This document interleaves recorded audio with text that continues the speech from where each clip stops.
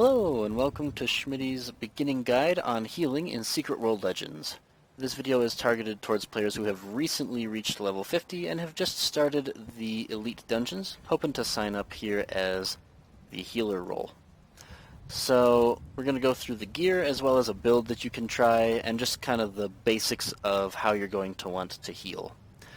So let's get into the gear here. So first thing you're going to notice is that everything here is a heal gear piece. That's kind of what the game seems to expect when you are starting off. Mostly you are going to see that you want to glyph this with critical rating because you want to have a high critical hit chance so that you can keep up with the bursty damage that sometimes occurs. And you can, if you want to, put on like one crit power rating glyph and that's fine. I'm not sure. The jury is still out on whether devastating is actually worth it. But putting one on there is not going to be too much of a harm for you once you start getting a solid crit chance. Then if you are running rifle in particular, you will want to have hit rating. There are two distinct types of healing in this game. There are direct heals, which come mostly from fist and blood weapons, and they will just immediately heal your target without requiring any hit rating. The leech skills, however, are based on hitting your enemy, your opponent target first, and that attack heals your defensive target. So what that means is that if you glance an attack, that your rifle skill will not do any healing. So you will want to have hit rating to avoid the downside of possibly glancing and then not healing your tank, because that can wind up being really bad. You can wipe the party with stuff like that. If you are not running leech healing, and you are just running fist blood, then you will not need any hit rating. You can change this out for a critical rating piece. Then I have the special weapons here. I don't even think they're glyphed yet. Nope. You don't really need both of them, but they both do come a little bit in handy here. In fact, the rifle one has a cool interaction we'll be looking at here in a second. So let's look at our skills. We are running fist and rifle here, so fist main hand, rifle offhand. We're using the basic ability from fist. This ability is going to be an ability you're using a lot, and we'll get to that in a second. But it just heals whoever has the lowest health in your party without having to switch targets, which is a pretty neat, flexible effect. Then we have our single target fist consumer, just going to be the go-to skill for healing in this build. We have Invigorating Wrath, which is going to mostly be for group heals. It's also going to be an oh-shoot button in case the tank gets hit really hard, because there is actually a fourth skill that you can have from one of the passives that we'll be using. Then our final fist ability here is Regeneration, which is our fist elite. It is just everything you want. It's a group heal, it's an oh-shoot button if the tank gets hit really hard, it's a cleanse, it's great. Then for our rifle skills, we are using Vital Shot.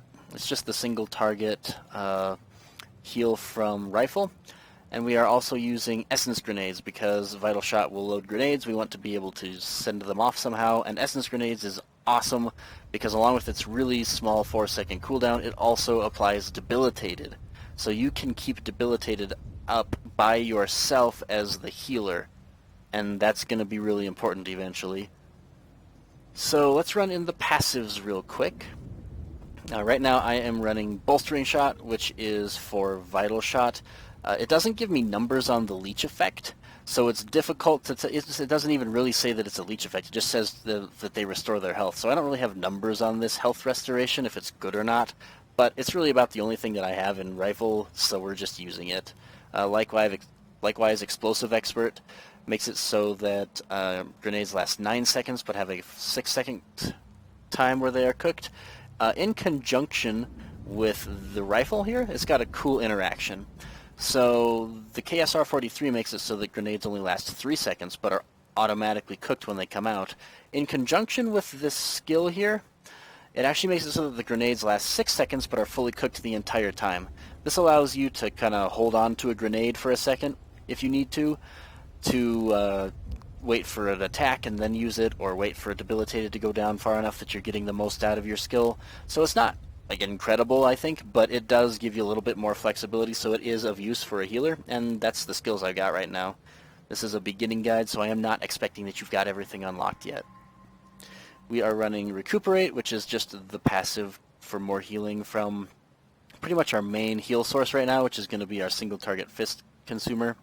And finally, we have Serenity, which is that extra effect that you can get off of Invigorating Wrath. It adds an extra skill to the bar when you start Invigorating Wrath, and it just gives you a huge single target heal on the tank, right?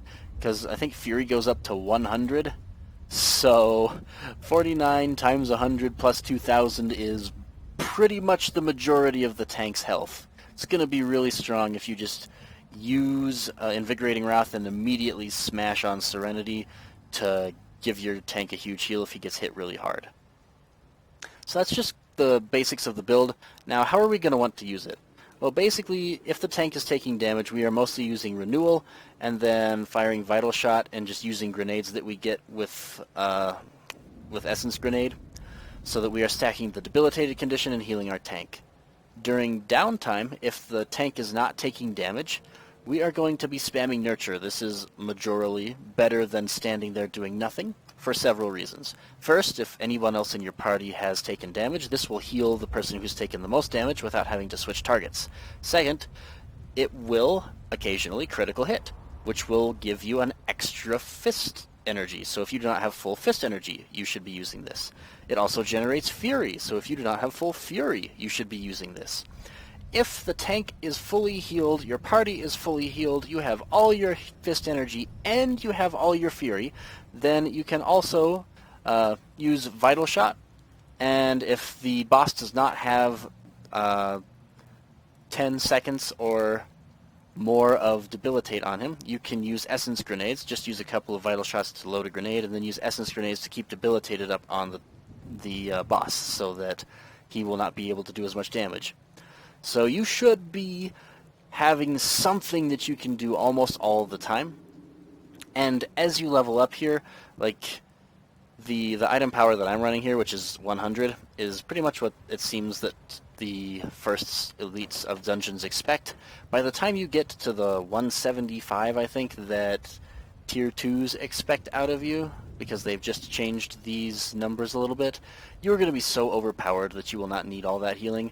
So you can start considering making changes, like adding a piece of DPS gear instead of one of your heal pieces to do more damage. Switch out Vital Shot with something like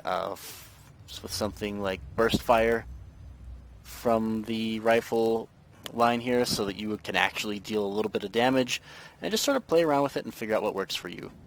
And with this build and a little bit of practice, you should be healing tanks perfectly fine.